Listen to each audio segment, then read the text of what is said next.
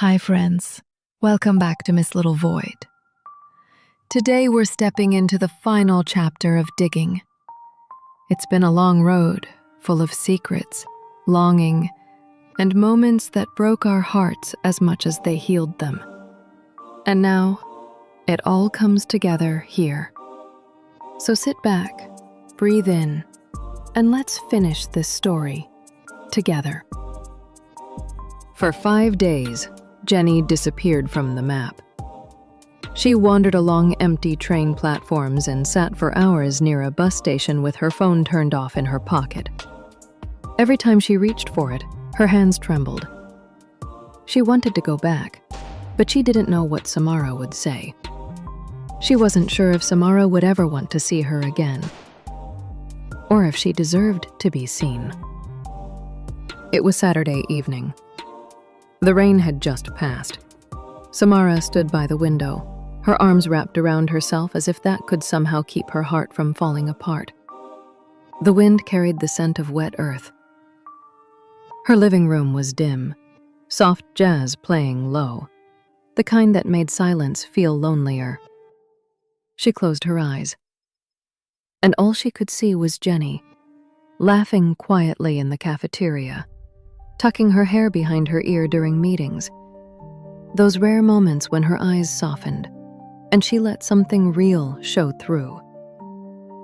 A knock came at the door, but she didn't hear it, lost in her own storm. Then another knock, louder this time, more urgent. Samara blinked, startled, and turned toward the door. A strange fear crept up her spine. Who could be here at this hour? She opened it slowly, and there she was, Jenny, soaked from the rain, hair clinging to her face, her hands hanging loosely by her sides. Her head was bowed low, not from shame, but from something worse. Fear, the kind that makes you forget how to breathe. Samara froze, her throat tightened. My God, Jenny, it's really you. I thought I'd never see you again. Jenny looked up then, and it hurt more than it helped. Because those eyes, usually so alert, were now sunken, hollow. Her lips parted like she wanted to speak, but no sound came out. Samara pulled her inside gently and closed the door. She guided her to the couch like she was walking a wounded animal, handed her a soft towel, and sat beside her, unsure if either of them could speak without breaking. Minutes passed. I'm sorry. Samara turned toward her, her face still soft with worry. That doesn't matter, Jenny. I thought you'd come to the bidding. You picked up the call. And you didn't go to the location, so I was so sure. I thought you chose me. Jenny blinked, as if those words snapped her out of her fog. What do you mean? You didn't go to the drop-off. You received the final message but didn't act on it. That was the sign. I was that quiet, Jenny. I thought you had chosen me. That was what I wanted to tell you on the day of bidding. Jenny's breath faltered, like her lungs were refusing to fill. Her voice trembled as the words stumbled out of her mouth. Why did you? Samara stepped forward, panic slipping through her composure. It's not how you think. Do you even understand what I've been through? She gripped her forehead, bowing her head down into her palms as her knees trembled. Shame swallowed her whole. She felt foolish for not doing a background check, foolish for trusting her heart. This was the first time she had ever overlooked the client's identity. The money had been too good, the job too clean, and she had been too tired to care where it came from. Samara reached out, trying to hold her hand again. Jenny, please, let me explain. But Jenny pulled her hand away, eyes red with betrayal. Her lips were quivering, but her silence screamed. She stood, and instantly Samara stood too, panic rushing back. She reached out and gripped Jenny's wrist tightly, not to hurt her, but as if letting go meant losing her forever. Jenny tried to free herself, but Samara suddenly wrapped her arms around her from behind. The hug wasn't soft. It was desperate, trembling, full of fear. Samara buried her face into Jenny's shoulder and whispered shakily, "If you walk out of that door, I know I'll never get another chance to see you again. I won't even know where to look for you." "Why do you even care? I was just another puppet in your game, wasn't I? A convenient tool." No, that's not true. I care about you. God, Jenny, I care about you so much. Is this how you treat someone you care about? You pull them into your world, feed them half-truths, and when they fall, you act like it hurts you too? You played me. I gave you something real. And you just stood there, smiling. I wasn't playing you. I love you. Jenny froze. Those words would have made her the happiest woman alive. On any other day, in any other context. But now, in this sharp silence, they felt too cruel. Too late. She didn't answer. Couldn't.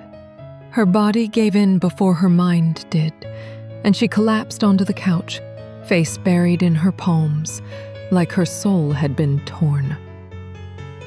Samara stood there for a second, stunned and trembling, before falling to her knees in front of Jenny. She didn't touch her this time, didn't speak.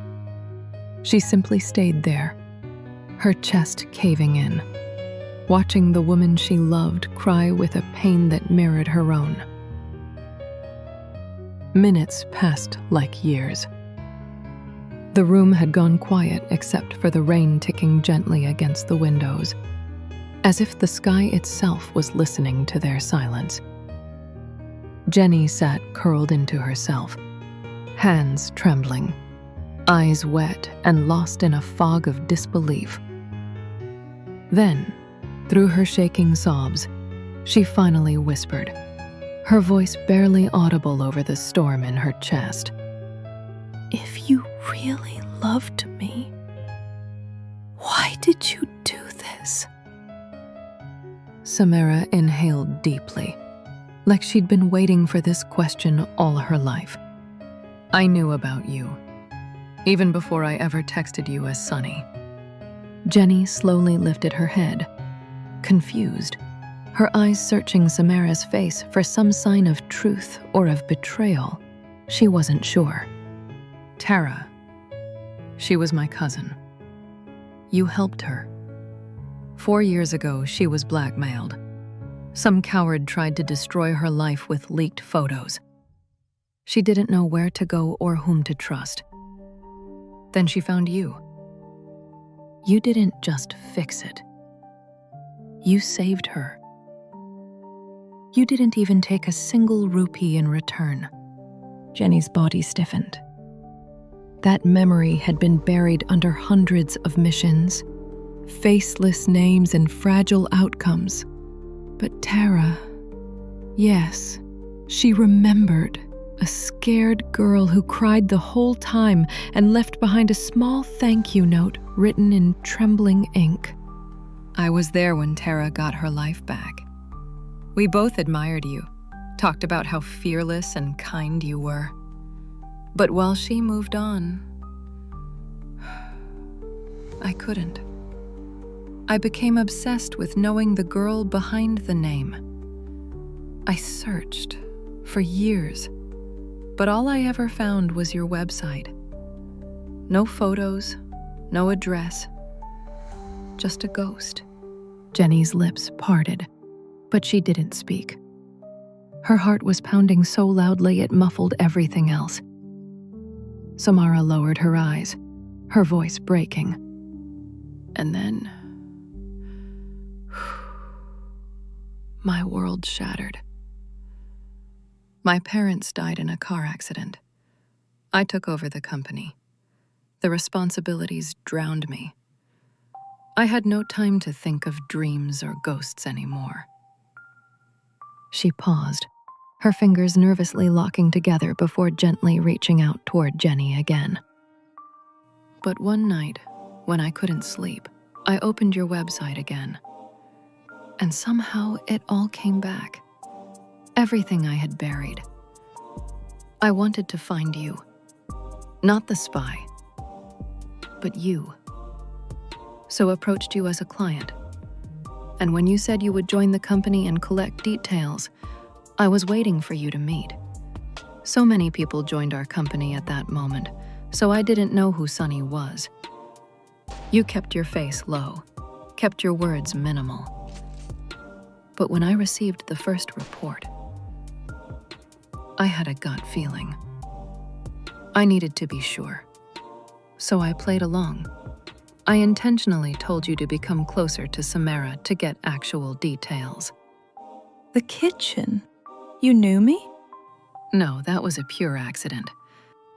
I was doubting that you might be the Sunny, so at the rooftop when we met, like fate was bringing me to you, I took a chance and was trying to place you near me, so I gave that seat. When the second document arrived from you, I was certain. It was you, my Sunny. But then I realized I wasn't just chasing the myth. I had fallen for the girl who brewed coffee at 6 p.m., who quietly took notes during team meets, who would pretend to be okay but often blinked too fast when nervous. She knelt down in front of Jenny now, holding her hands delicately, almost afraid she'd break them. I admired Sunny, but I fell in love with Jenny. Jenny's lips trembled. Her mind was racing through every moment, every word Samara had said, every look she'd given, every time she lingered a second too long. Samara smiled faintly through her tears. But when you said you would drop this mission while submitting your second document, I was scared. I was scared you would vanish, like before. I thought if I kept you here long enough, I could find the right moment to tell you the truth. So I triggered and hit your ego so that you will stay longer. Because I planned to say everything on the bidding day. But you didn't come. You don't know how much I panicked. I looked everywhere. I even took your resume from HR, called every number. Nothing. I thought I lost you forever. Jenny couldn't hold back anymore. She broke again. Her tears streamed freely, not from confusion now, but from the sudden and overwhelming ache of being seen. Really, truly seen. I didn't care about the report or the company. I just wanted you to stay. And now you're here. Jenny stared at her, silent. Samara reached out slowly, her hands trembling, and touched the side of Jenny's face. Jenny didn't pull away this time. Jenny was overwhelmed. Everything Samara had confessed was still echoing in her head, bouncing against all the walls she had carefully built over the years, walls that were now cracking at every corner. Her body was frozen in place, breath shallow, thoughts tangled like the rain-smeared city outside the window. Samara leaned in gently, until their foreheads touched, the space between them closing like the last page of a long letter. Please, Jenny. I'm really sorry for what I did. I never meant to put you through this kind of emotional trauma. Jenny closed her eyes. There was still so much pain, so much unspoken weight sitting on her chest. After a pause that felt like an eternity, softly, her voice emerged. Soft, almost broken. I'm not the good person you think I am. Samara immediately pulled back just enough to meet her eyes, her gaze unwavering, her breath caught. I know. But I also know how caring, how brilliant you were when you were just Jenny. And I fell in love with that girl. Flawed, fierce, guarded, soft. All of her. She moved beside her now, sitting quietly and reaching for Jenny's hands. They were cold, a little unsure. Samara wrapped hers around them, like someone holding something precious that had nearly slipped away. Can you please stay with me? Stay like the Jenny I met. The one who made me smile without trying. Jenny's heart fluttered, confused and pounding. She had never let herself feel like this, never allowed herself to believe love could be for her too. Not the kind that wasn't conditional. Not the kind that saw every part of her and stayed anyway. She clutched Samara's warm hands tighter, unsure of what to say. But Samara, as always, understood. I know it's hard to believe me. After everything I did, after the games I played, I won't blame you if you walk away. Jenny shook her head slowly, her voice cracking like the last piece of armor falling off.